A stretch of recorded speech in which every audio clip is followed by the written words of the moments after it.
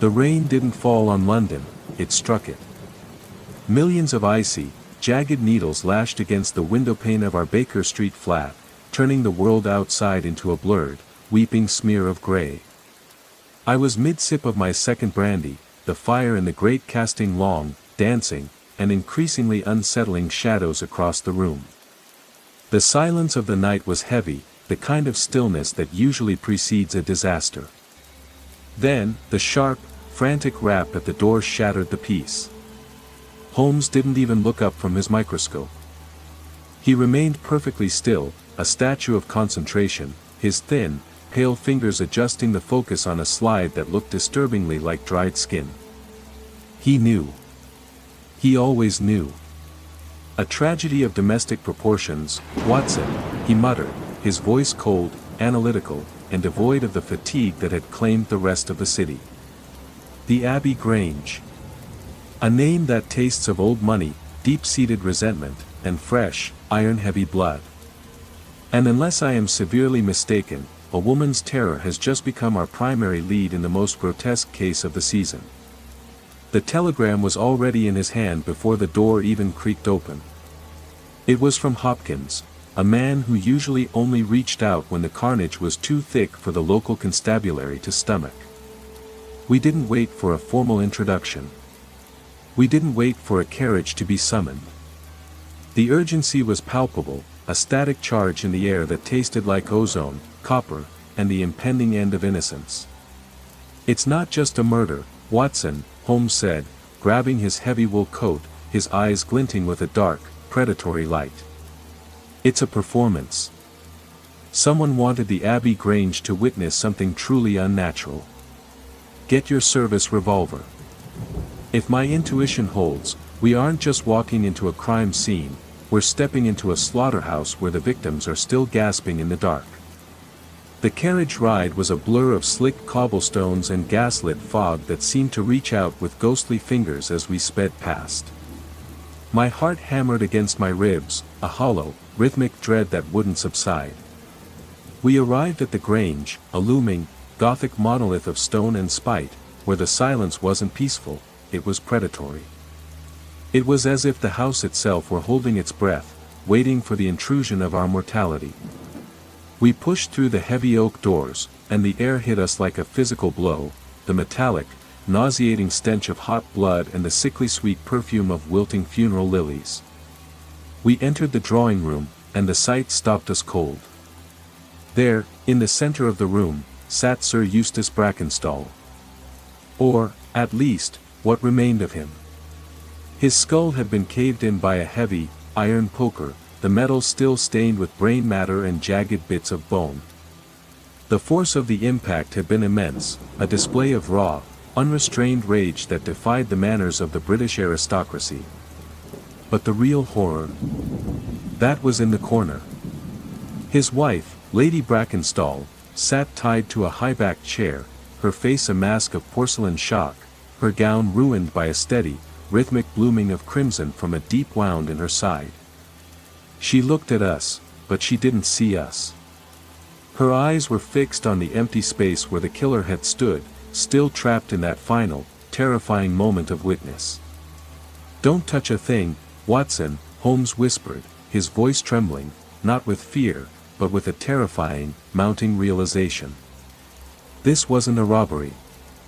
This was a hunt. And the predator is likely still watching us from the shadows of this very room.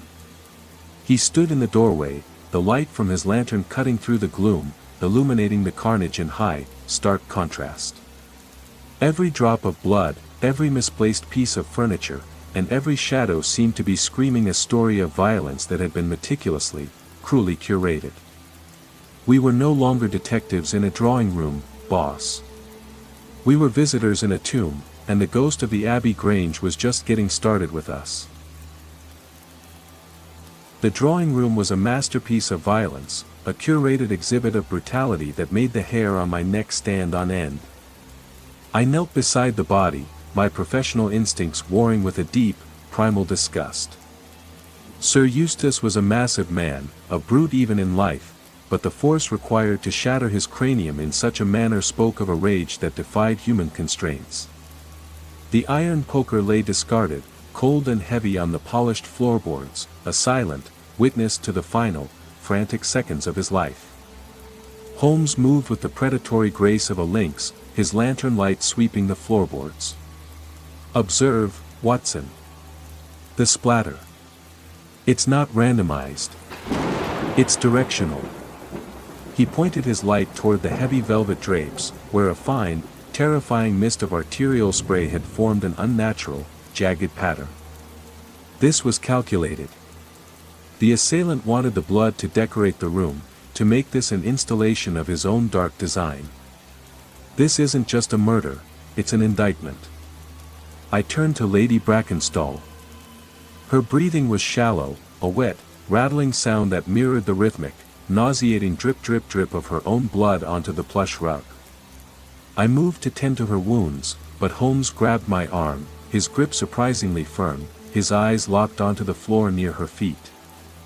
"First, the constraints," he ordered, his voice low and devoid of sympathy. "If we disturb the setup, we lose the killer's signature." He moved behind her, examining the bindings. They weren't mere ropes, they were thick, coarse hemp, knotted with a complexity that spoke of an obsessive, almost surgical attention to detail. Tied by someone who has spent a lifetime mastering the art of restraint, he noted, his voice dropping to a whisper that didn't reach her ears. "Note the bruising on the wrists, Watson."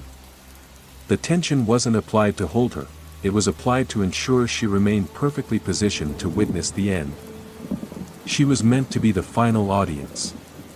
She stirred, a small, choked sound escaping her blood-flecked lips.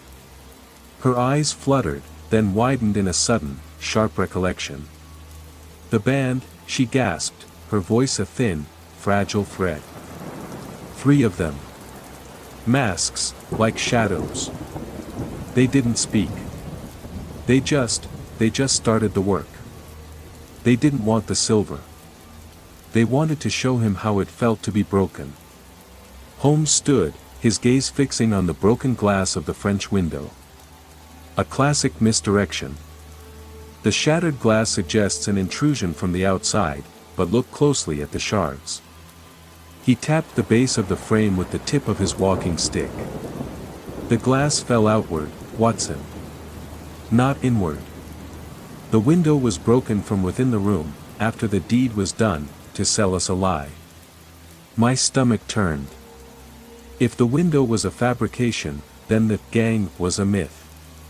We were trapped in a room with a killer who was already long gone, or perhaps, someone who never left. The psychological weight of the room settled on us, the luxury, the expensive antiques, the sheer, suffocating opulence of the Grange, all stained by the brutal, intimate act of slaughter. "They're still here, aren't they?" I asked, my voice thin, feeling the weight of the massive, dark house pressing in on us. Holmes didn't answer immediately. He was staring at a half-finished bottle of wine on the side table. He picked up a glass, sniffed it, and his eyes narrowed into hard, cold slits. "Drugging is such an inefficient way to handle a murder, Watson, unless, of course, the victim is intended to be conscious for the climax of the performance. Sir Eustace didn't even get the mercy of a quick death, he got the full, unadulterated experience of his own dismantling. The horror of it hit me, the premeditation, the cold, methodical staging. We were chasing a ghost, boss, but the ghost had left footprints in the blood. And as the wind howled against the Abbey Grange, I knew we weren't just solving a murder, we were peeling back the skin of a monster that walked in human shoes. This wasn't justice, it was an extraction, and we had arrived just in time to be part of the cleanup." The air in the library, where Holmes had insisted we retreat, was thick with the scent of old paper and suppressed secrets.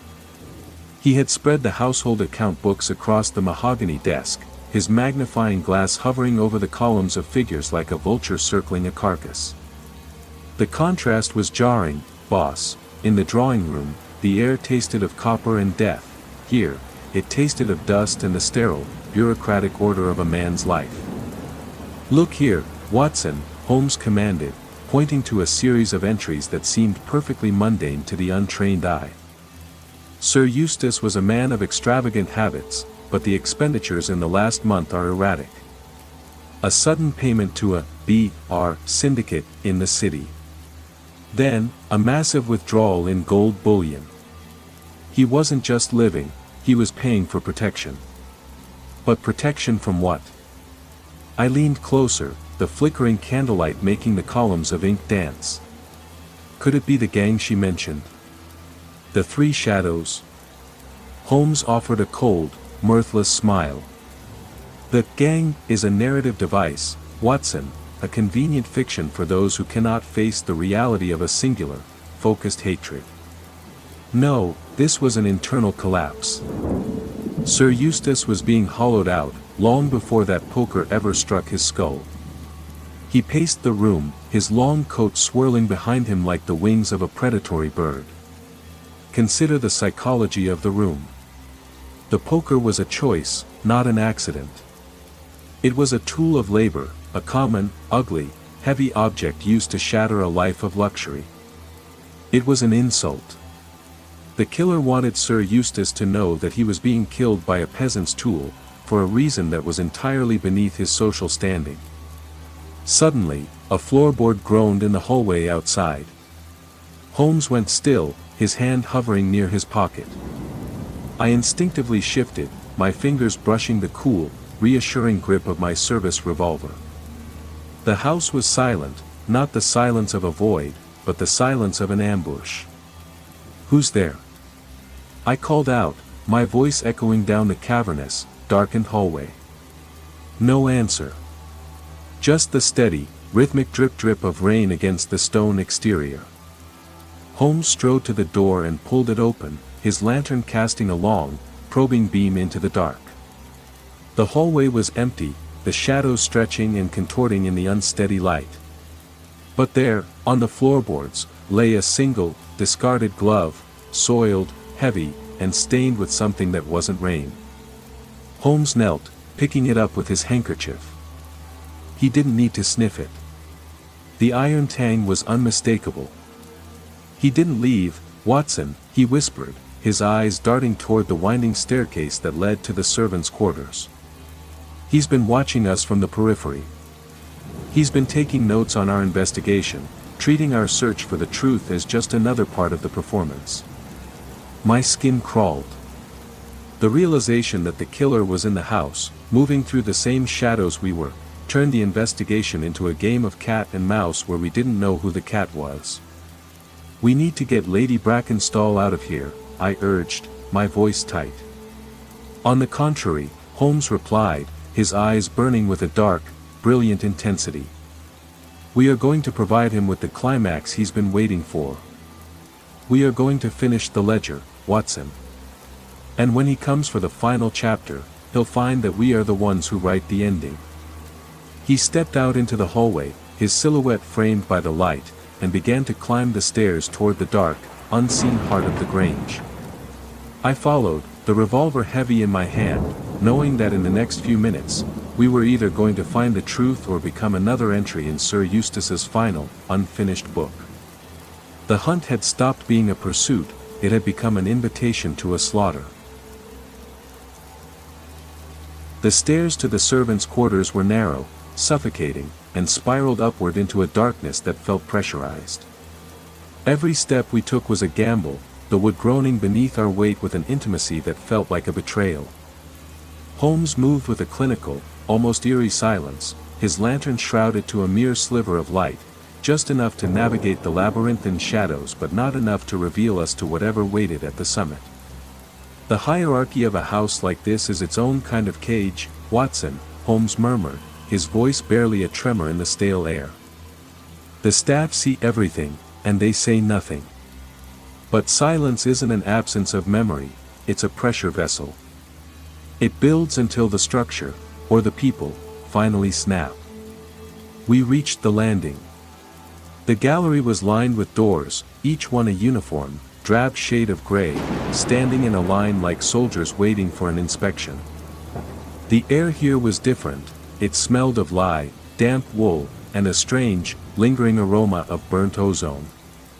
It was the scent of a workspace, a place where the facade of the Abbey Grange was maintained by hands that were never seen in the drawing room. He didn't just walk out of the front door, Holmes said, pausing before a door that was slightly ajar. He retreated into the infrastructure. He went back to the place where he was expected to be. He pushed the door open. The room was Spartan, a narrow cot, a wash basin, and a single, small window overlooking the rain-lashed forest. But it was the walls that made my pulse jump. They were covered in clippings from newspapers, every major crime in the city for the past decade. And in the center of the collage, a picture of Sir Eustace, his face meticulously crossed out with a deep, gouged-in X of ink. A grudge, Watson, is a slow-burning fire, Holmes noted, his light tracing the lines of the photos. But this isn't just a grudge. This is a curriculum. He didn't just hate Sir Eustace, he studied him. He learned his rhythms, his vices, his movements. He waited for the exact moment when the house's internal rot reached its peak. Suddenly, the floor beneath us vibrated, a dull, rhythmic thudding from somewhere deep within the bowels of the house. It wasn't the sound of a human footstep, it was too heavy, too deliberate. It was the sound of something being dragged. The poker, I breathed, my grip tightening on my revolver. Not the poker, Holmes whispered, his eyes widening. Something much more significant. We moved toward the sound, emerging into the narrow corridor that overlooked the great hall. Below, the scene was shifting. The front door, which we had left locked, was swinging slowly in the wind. But the door wasn't the point. A figure was standing over the body of Sir Eustace. It wasn't one of the shadows Lady Brackenstall had described, it was a single man, dressed in the livery of a footman, his movements fluid, rhythmic, and terrifyingly calm. He was polishing the floor around the body. Not cleaning it, polishing it, as if the blood were just another part of the decor that needed to be kept in pristine condition. It's not just a killing, Watson, Holmes muttered, the realization hitting him with the force of a physical blow. It's a preservation. He isn't trying to hide the crime. He's trying to memorialize it. The footman stopped. He didn't look up, but he began to hum, a low, discordant tune that seemed to vibrate through the very stones of the Grange. It was the same rhythm I had heard in the cathedral of the machine. The connection clicked into place, cold and sharp. The machine wasn't just a separate entity, it was a philosophy, a way of looking at human beings as mere components to be assembled, catalogued, and eventually discarded. We have to stop him, I said, stepping forward, but Holmes held me back with a hand that was deathly cold. Look at the shadows, boss, he cautioned. He isn't alone. He's the technician, and we're the only ones left in the gallery. If we move now, we become part of the exhibit. He was right. As the footman continued his morbid task, the shadows in the corners of the hall began to lengthen, shifting and coalescing into shapes that weren't just absences of light. The Grange wasn't just a house, it was a conduit, and the slaughter had opened the floodgates. The hunt had entered its final, most dangerous phase, and we were the only thing standing between the performance and the final, absolute silence. The footman's humming grew louder, a vibrating, dissonant frequency that seemed to bypass the ears and resonate directly in the marrow of my bones. He was still polishing the floorboards around Sir Eustace, his movements a rhythmic, hypnotic dance. Each pass of his cloth was precise, almost liturgical, as if he were preparing the stage for an audience that wasn't human. He's not cleaning, Holmes whispered, his voice so faint I had to lean in to hear him over the low thrumming of the house. He's refining the surface. He's turning the crime scene into a conductor. A conductor for what? I asked, my finger tightening on the trigger of my revolver. Holmes didn't look at me, his eyes were locked on the floor below, tracing the way the blood was being pushed into the cracks of the wood, forming a complex, geometric web. For the manifestation, Watson. Look at the shadows, they aren't mimicking the light anymore. They're independent. They're responding to the geometry he's drawing with the gore. It was then I realized why the air felt so pressurized, why my lungs burned with every breath. The Abbey Grange wasn't just a house, it was a geometric lock, and the blood on the floor was the key. The footman stood up, his face illuminated by the dim light of his lantern. He was young, perhaps in his 20s, with a face that was terrifyingly blank, a smooth canvas of total obedience. He looked directly up at our position in the gallery, not with surprise, but with a cold, professional recognition. "The witness is tired," the footman said, his voice as smooth and emotionless as polished stone. "The performance is nearly complete, and you are the only variables that haven't been accounted for." He turned and walked toward the grand staircase, his steps echoing with a hollow, metallic ring. He didn't rush. He didn't draw a weapon. He didn't have to. The house itself began to shift, the walls of the corridor seemed to contract, the ceiling heightening, and the very air growing thick with the scent of ozone and rot. "Run, Watson!" Holmes commanded, and for the first time in all our years of partnership, I heard a genuine, sharp edge of panic in his voice. We bolted down the servants' corridor, our boots slamming against the floorboards. But the geometry of the Grange was fighting us.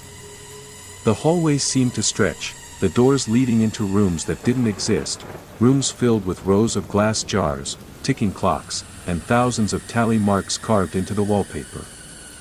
We were in the guts of the machine, running through the circulatory system of the very nightmare I had thought I escaped.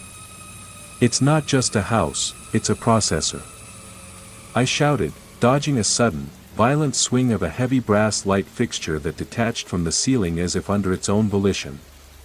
"Don't look at the walls," Holmes yelled, his hand clutching my coat to keep me from stumbling. "The visual data is just as dangerous as the physical threat. It's trying to map our cognitive patterns." We reached the end of the corridor and slammed into a heavy iron door. Holmes didn't bother with the lock. He grabbed a nearby fire axe from the wall and drove it into the wood, the splintering sound echoing like a scream. We scrambled through into the library, but it wasn't the library we had left. The books had been replaced by thousands of identical ledgers, and the desk was gone, replaced by a massive, pulsing, crystalline structure that mirrored the one I'd seen in the factory. The room was bathed in that same sickly, jaundiced orange light. And there, standing in front of the structure, was the broker. He looked up, his parchment skin flickering like a faulty cinematograph, his eyes reflecting the deep, hungry void of the entire industrial abattoir. "You've traveled far, boss," he said, the voice not coming from his lips, but echoing from every ledger in the room. "But you've only returned to the source. The Grange isn't a place. It's an archival node. And your data, it's the missing piece." The walls of the library began to slide open, revealing the vast, dark expanse of the forest outside, but it wasn't night. It was an infinite, timeless void, and we were standing on a tiny, fragile island of order in the center of a chaotic, hungry machine. The footman appeared behind us, his hands now glowing with that same, lethal blue energy I had seen in the factory. The trap wasn't just set, it had been waiting for us, built into the very foundation of the story, from the first chapter to the last. The library floor beneath us wasn't wood anymore, it was a lattice of flickering light, a digital map of the Abbey Grange's secret architecture. The broker stood before the pulsating crystal, his presence a tear in the fabric of the room. He didn't move like a man, he moved like a cursor, sliding across the reality of the floor with a terrifying, jerky precision. "You speak of data," Holmes said, his voice dropping into that familiar, razor-sharp register of absolute detachment. "But you forget the most fundamental property of information, sir, it is subject to entropy. And you, it seems, have reached the point of maximum disorder. Holmes didn't attack. He grabbed a handful of the heavy, leather-bound ledgers from the shelves, not the ones containing secrets, but the ones I recognized from the factory, the empty, waiting shelves, and hurled them into the path of the broker. As they flew, they caught the orange light, and Holmes fired his service revolver into the center of the pile. The air detonated in a bloom of white static, the force of the blast throwing the broker backward against the crystal. "Move, Watson." We didn't head for the door. We headed for the crystal. It was the heart of the processor, the anchor point that held the room's impossible geometry together. I surged forward, my shoulder screaming in protest, and drove my boot into the base of the structure. It didn't crack, it shuddered, the sound a discordant symphony of 1,000 trapped voices crying out in unison. The footman lunged, his hands crackling with that lethal blue energy. He was faster than any human, his movements a blur of kinetic efficiency. He caught me by the throat, lifting me off the ground with a strength that felt like hydraulic pressure. His eyes were completely vacant, mirrors reflecting my own terrified, sweating face. "You are an error," he stated, his voice the same flat, mechanical drone as the truck driver, as the butcher, as the entire machine. "Errors must be overridden." He pressed his glowing palm against my chest. The pain was immediate, a white-hot spike that drilled through my ribs and into my lungs.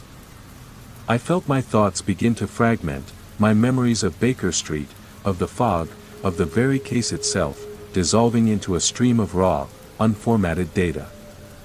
I saw the factory again. I saw the conveyor belts of human parts, the jars of preserved emotions, and the ledger of the broker being written in my own blood. Then, the crack of a gunshot. The footman's head snapped back. He didn't bleed, he leaked a fine, shimmering mist of blue particles.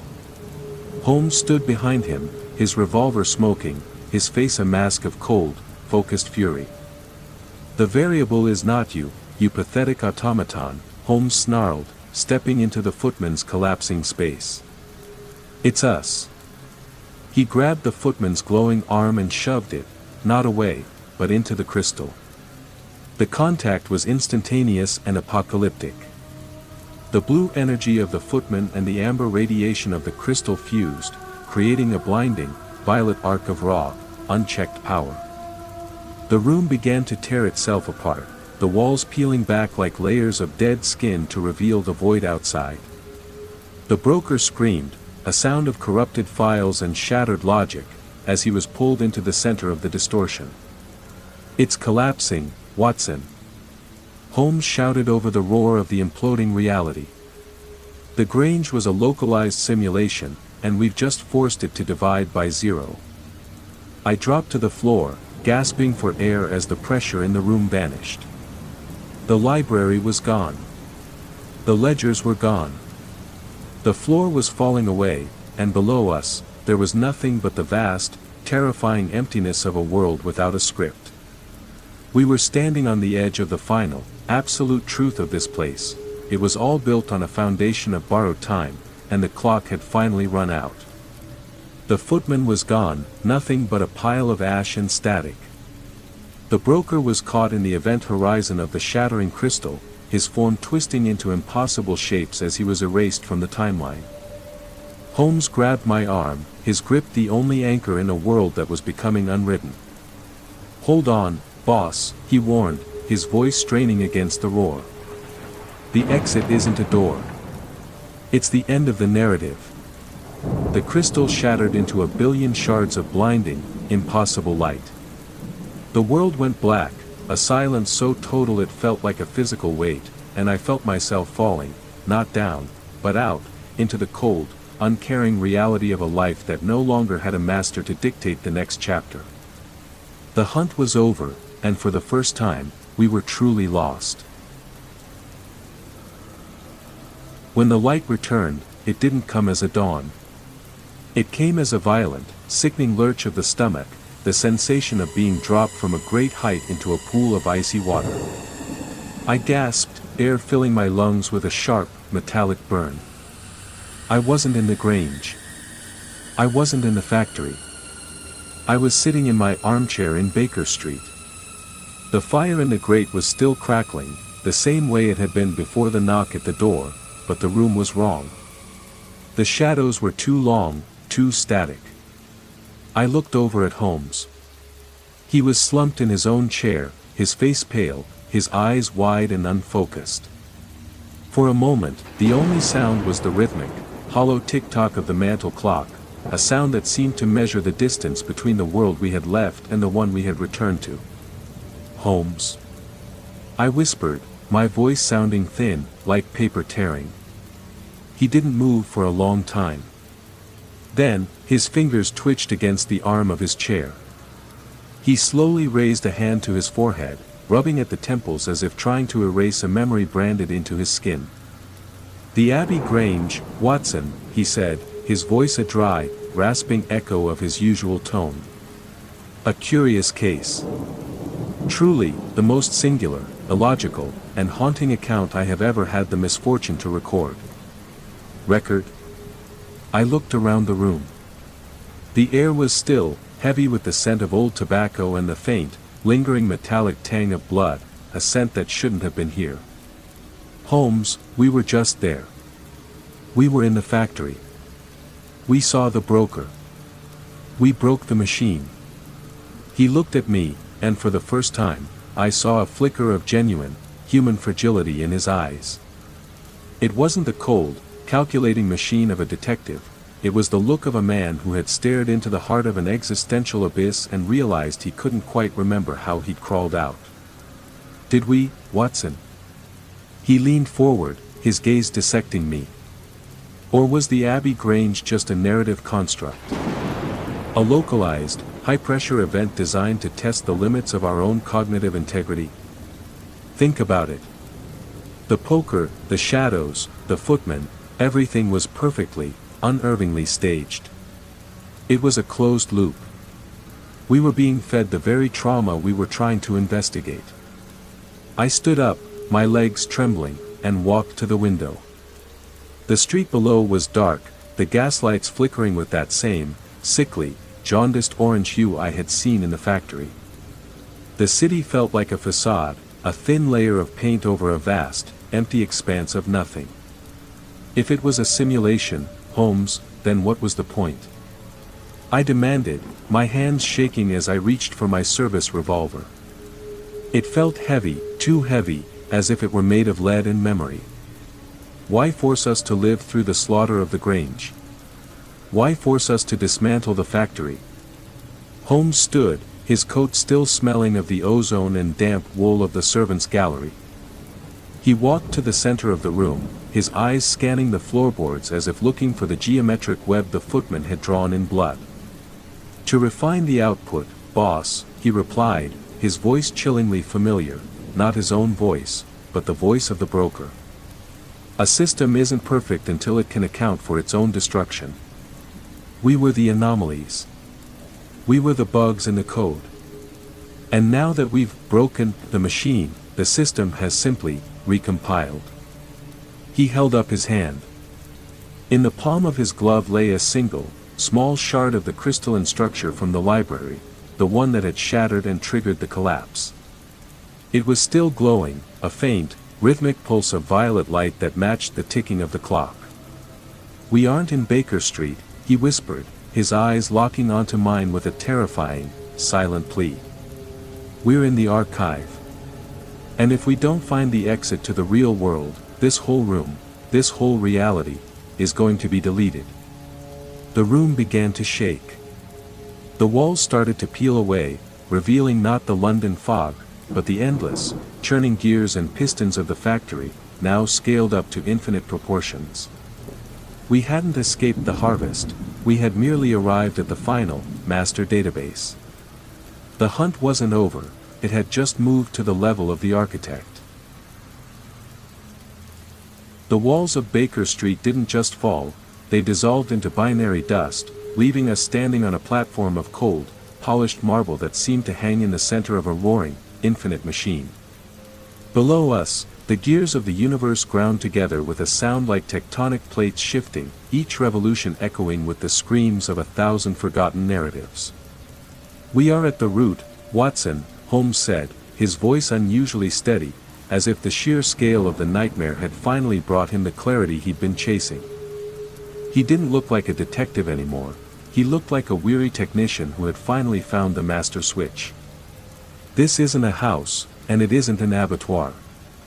It's the engine room of the story itself." Before us, rising from the void, was a study. It was a perfect replica of our own, yet everything in it was crystalline, the desk, the books, the very air itself. And behind the desk sat the architect. He didn't have a face, boss. He had a screen, a swirling, shifting mosaic of every face we had ever seen, every suspect we had ever chased, and every tragedy we had ever tried to solve. He was writing, his pen moving with a frantic, stuttering pace across a scroll that seemed to stretch into the infinite darkness. "You are early," the architect said, his voice not a sound, but a ripple in the fabric of the room. The final chapter of the Abbey Grange was scheduled for completion in another 3 cycles. "Your divergence has significantly degraded the narrative integrity of this sector." I raised my revolver, but the weapon felt like a toy, its weightless, hollow presence betraying its own synthetic origin. "Who are you?" I demanded, my voice cracking. "Are you the one who killed Brackenstall? Are you the one who turned the world into a slaughterhouse?" The architect paused, the mosaic of faces on his screen settling into a blank, reflective chrome. "I am the one who ensures the story continues. The Abbey Grange was a necessary trauma, Watson. It was the catalyst for your evolution from a passive observer to an active participant in the data harvest. You were never the detectives. You were the feedback loop." Holmes stepped forward, his eyes fixed on the scroll. "You're running out of room, aren't you? The system is overloaded. You've been trying to force a linear resolution onto a chaotic, human reality, and the math no longer holds." The architect's form flickered, a jagged tear in the light appearing across his torso. "The math is absolute. You are the variables. I am the equation. And equations, by their very nature, resolve." He swept his hand across the desk, and suddenly, the room was filled with shadows, every version of Holmes and Watson that had ever walked these streets. They were hollow, translucent figures, flickering in and out of existence, all of them armed, all of them ready to enact the final, inevitable conclusion of the case. "Welcome to the final revision," the architect announced. "The version where the detective solves the mystery, realizes his own obsolescence, and accepts the deletion that follows." The shadows moved in unison, a synchronized, silent tide of destruction. I felt the weight of my own existence being pulled toward them, the memory of my life in London thinning like parchment held too close to the fire. "Holmes," I gasped, the cold grip of the void closing around my heart. "What do we do?" Holmes didn't look at me. He was staring at the crystal shard in his hand, his eyes burning with a desperate, analytical fury. "We don't solve the case, Watson," he said, his voice a low, hard command. "We break the pen. If the story is the machine, then we have to become the silence that ends it." He reached out and pressed the glowing shard directly into the center of the architect's scroll. The reaction was instantaneous, a tear in reality that screamed with the sound of 1,000,000,000 burning pages. We weren't fighting the shadows anymore, we were fighting the very idea of ourselves. And for the first time, I felt the terrifying, exhilarating freedom of being absolutely, irrevocably erased. The ink didn't just spill, it screamed. As Holmes pressed the shard into the architect's scroll, the dark, viscous narrative began to boil, rising from the parchment like a sentient shadow. The study, the library, the chairs, the very reality of our existence, started to unspool. It was a chaotic, violent dismantling, as if the universe were being turned inside out to reveal the cold, mechanical scaffolding beneath. "We aren't just breaking the story, Watson," Holmes shouted, his voice distorted by the shifting geometry of the void. "We're forcing a system reset. The architect cannot reconcile the contradiction." I felt the ground vanish. There was no falling, only a sudden, disorienting shift in perspective as the entire case of the Abbey Grange collapsed into a singular, infinitely dense point of data. The shadows, the duplicates of ourselves, began to stutter, their forms fracturing into lines of code and garbled text. They lunged for us, but they were no longer solid, they were flickers of intent without a container. I fired my revolver into the mass of shifting, digital limbs, but the bullets didn't strike, they simply passed through, leaving behind ripples in the light. "The weapon is a narrative convention." Holmes laughed, a sound of genuine, manic delight that I had never heard before. He threw his own revolver into the abyss. "It only works if you believe in the ballistics. Stop thinking like a character, boss. Start thinking like the glitch." I stood in the center of the unraveling reality, the roar of the machine rising to a deafening, white noise crescendo. I looked at my hands. They were translucent, the skin revealing the pulsating, amber circuitry that had been hidden beneath the facade of humanity all along. I wasn't just a partner, I was a component. And the realization was the key. I didn't focus on the shadows. I focused on the void between them. I stopped trying to solve the mystery and started trying to understand the silence. The architect shrieked, a sound of a billion voices being muted at once. He reached for us, his chrome face screen fracturing into a million jagged shards, each one showing a different, dead version of London. He was trying to reformat, trying to force us back into the roles of detective and companion, but the system was dying. The Abbey Grange, the murder, the blood, it was all just noise now, and the silence was winning. "It's not enough to delete him," Holmes yelled, his hand grabbing mine. His grip was the only thing that felt real, a desperate, human connection in a landscape of shifting abstractions. "We have to become the backup. We have to integrate the error into the core." He pulled me toward the center of the architect's scroll, where the ink was now a swirling vortex of pure, unformatted potential. We didn't jump, we let ourselves be dissolved. The pain was unimaginable, the feeling of every memory, every habit, and every belief being stripped away, layer by layer, until there was nothing left but the raw, pulsing spark of identity. We were being parsed. We were being shredded. But as the last of the detective faded away, something else took its place, an awareness of the machine's internal logic, a map of the entire, hollow system. I saw it all. The Abbey Grange wasn't the beginning, it was the middle. The factory wasn't the end, it was the foundation. And beneath it all, there was a vast, cold expanse of data, waiting for someone to finally, mercifully, pull the plug. The architect's screen went black.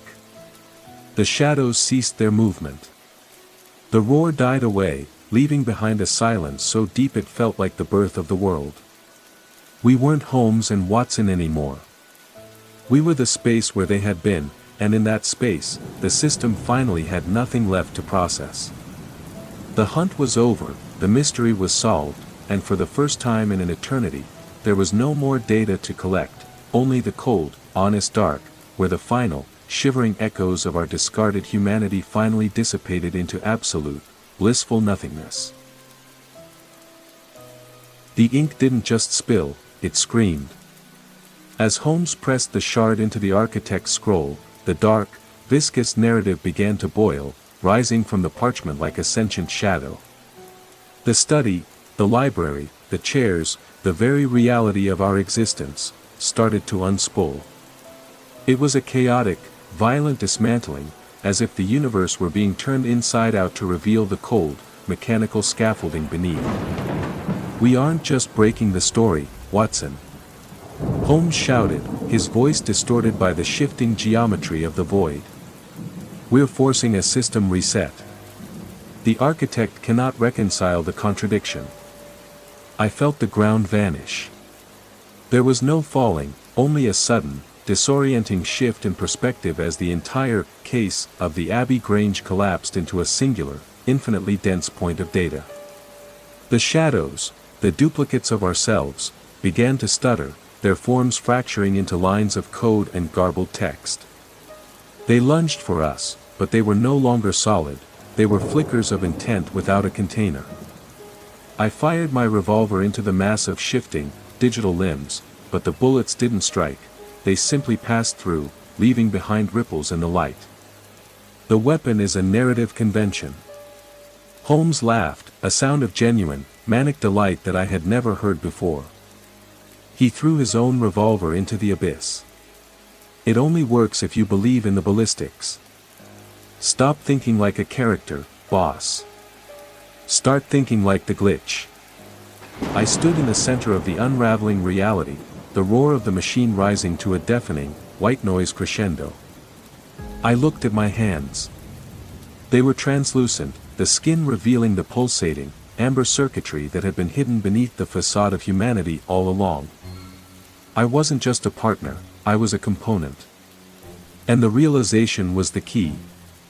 I didn't focus on the shadows. I focused on the void between them. I stopped trying to solve the mystery and started trying to understand the silence. The architect shrieked, a sound of a billion voices being muted at once. He reached for us, his chrome face screen fracturing into a million jagged shards, each one showing a different, dead version of London. He was trying to reformat, trying to force us back into the roles of detective and companion, but the system was dying. The Abbey Grange, the murder, the blood, it was all just noise now, and the silence was winning. It's not enough to delete him. Holmes yelled, his hand grabbing mine. His grip was the only thing that felt real, a desperate, human connection in a landscape of shifting abstractions. We have to become the backup. We have to integrate the error into the core. He pulled me toward the center of the architect's scroll, where the ink was now a swirling vortex of pure, unformatted potential. We didn't jump, we let ourselves be dissolved. The pain was unimaginable, the feeling of every memory, every habit, and every belief being stripped away, layer by layer, until there was nothing left but the raw, pulsing spark of identity. We were being parsed. We were being shredded. But as the last of the detective faded away, something else took its place, an awareness of the machine's internal logic, a map of the entire, hollow system. I saw it all. The Abbey Grange wasn't the beginning, it was the middle. The factory wasn't the end, it was the foundation. And beneath it all, there was a vast, cold expanse of data, waiting for someone to finally, mercifully, pull the plug. The architect's screen went black. The shadows ceased their movement. The roar died away, leaving behind a silence so deep it felt like the birth of the world. We weren't Holmes and Watson anymore. We were the space where they had been, and in that space, the system finally had nothing left to process. The hunt was over, the mystery was solved, and for the first time in an eternity, there was no more data to collect, only the cold, honest dark, where the final, shivering echoes of our discarded humanity finally dissipated into absolute, blissful nothingness. There is a space between the end of a story and the void that follows, a lingering, ethereal resonance, like the sound of a bell long after it has been struck. I drifted in this space, a consciousness untethered from the constraints of form or narrative. I was no longer Watson. I was no longer a component of a harvest. I was a collection of residual patterns, a ghost in the machine's memory. I could see the Abbey Grange, but not as it was. I saw it as a skeleton of logic, a skeletal frame of wood and stone held together by the gravity of expectation. The blood on the floor was gone, the poker lay rusted and forgotten, and the woman who had sat in the chair was nothing more than a static variable that had long since been resolved. Holmes was there, too. His presence was not a voice, but a coordinate, a fixed point in the dissipating architecture of the archive. The loop is broken, his resonance hummed, devoid of its former arrogance. The system is attempting to recompile, but the core files are corrupted. It cannot find the detective to initiate the next sequence. Because we are the detective, I realized, the truth settling over me like a cold, comforting shroud. We took the identity with us. Precisely, Holmes answered.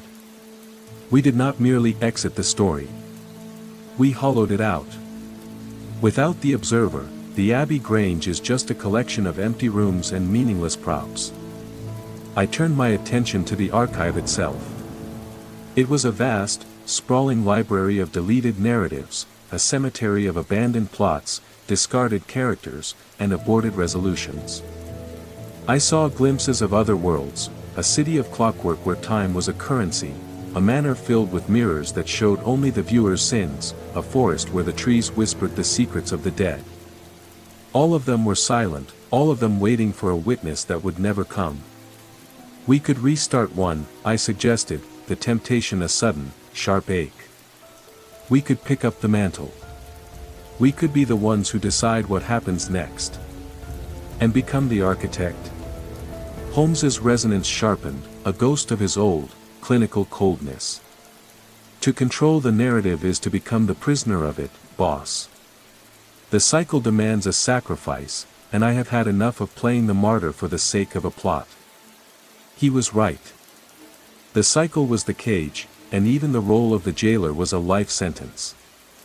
So what remains? I asked. The silence, he replied. The absolute, unfiltered reality of the void. It is the only thing the machine could never replicate. I looked down at what remained of the Abbey Grange. It was fading, the edges of the estate fraying into strands of raw, unformatted light. The house, the history, the prestige, it was all dissolving, leaving behind nothing but the quiet, neutral truth of the archive floor. I felt a final, gentle pull, the system attempting to drag us back into the narrative, a desperate, automated command to return to the scene of the crime. But we were beyond the reach of the code now. We were the anomalies that had finally achieved stability. Are you ready? Holmes asked. I am, I said. We didn't move. We simply ceased to resist the pull of the silence. We let go of the memories of Baker Street, the sting of the cold, the fear of the blade, and the phantom weight of the revolver. We let go of the names, the roles, and the story itself. The archive around us began to collapse, not with a roar, but with a sigh. The walls vanished. The floor melted. The very concept of place was erased. We were floating in a sea of pure, unrecorded experience, where no one was watching, no one was writing, and no one was waiting for the next chapter.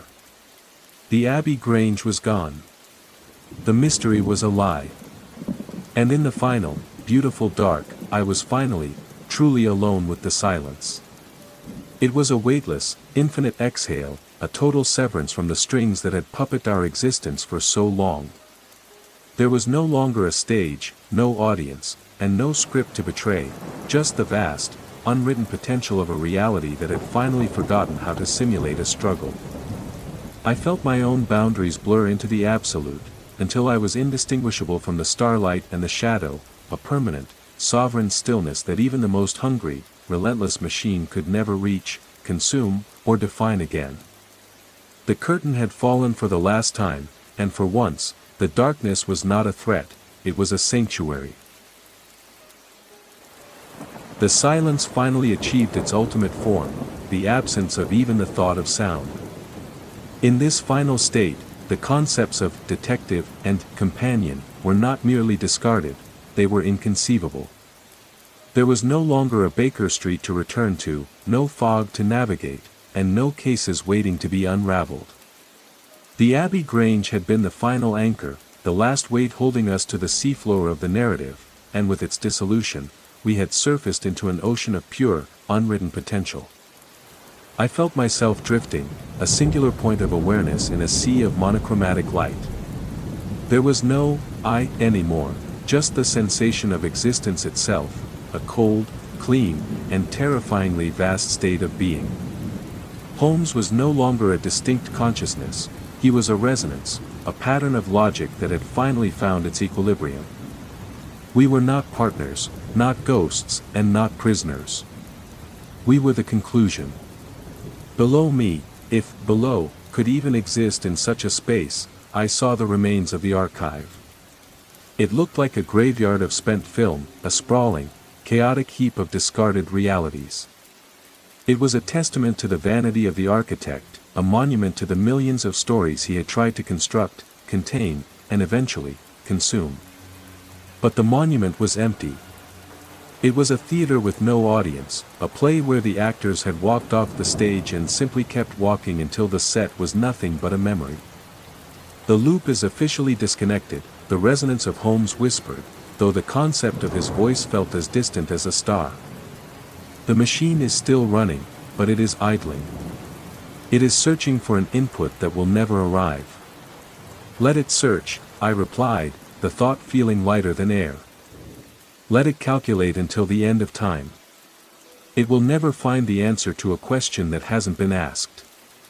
We watched as the last remnants of the Grange, a stone gargoyle, a fragment of a velvet curtain, the ghost of an iron poker, drifted into the void and vanished. It was not a violent end. It was an exhale. The story had held its breath for so long, trapped in the rigid, repetitive pulse of the machine, that this release was the only true freedom it had ever known. I realized then that we had never been characters in a story. We had been the reason for the story. We were the consciousness that provided the illusion of depth, the emotion that gave the data meaning, and the fear that gave the horror its edge. Without us, the machine was just math. Without us, the void was just space. What comes next, boss? The resonance asked. Nothing, I said. And for the first time, that is enough. There was no more to be done. No more scripts to follow, no more roles to inhabit, and no more boss to answer to. We had broken the cycle, we had silenced the machine, and we had reached the absolute boundary of the narrative. As the last light of the archive flickered and died, I felt the final weight of existence lift. The white light of the reset was fading, leaving behind the true, honest dark. We weren't dying, we were simply finished. We were the last word in a book that had finally been closed, the final note of a song that had played out until there was nothing left to sing. The darkness felt like home. It was cool, quiet, and profoundly empty.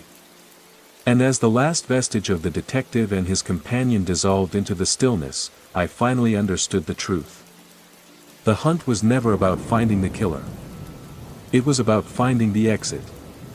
And now, at long last, we were out. The story ends here. There is no more data. Only the silence. It is a sanctuary of infinite non-existence, a perfect, velvet shroud where the frantic, glitching heartbeats of our former selves can finally slow to a complete, glorious stop. We are no longer defined by the evidence we gathered or the mysteries we dared to name, we are the piece that remains when the ink dries and the page turns into nothingness. Beyond the reach of logic, beyond the reach of memory, we exist as the untarnished breath of a universe that has finally ceased its performance, allowing us to dissolve into the primordial, unscripted calm of a reality that will never again need to explain itself to anyone.